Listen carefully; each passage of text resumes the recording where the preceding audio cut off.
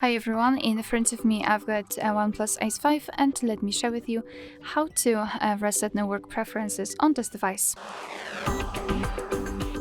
So let's start with opening the settings, and here we have to scroll down to the very bottom to find System and Update.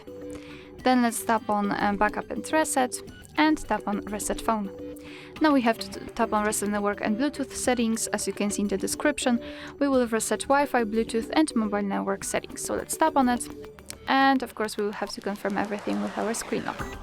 Your device will ask you again if you really want to do it, so let's just tap on Reset and wait a second. As you can see, we've got this information, which means that we just successfully reset all network preferences.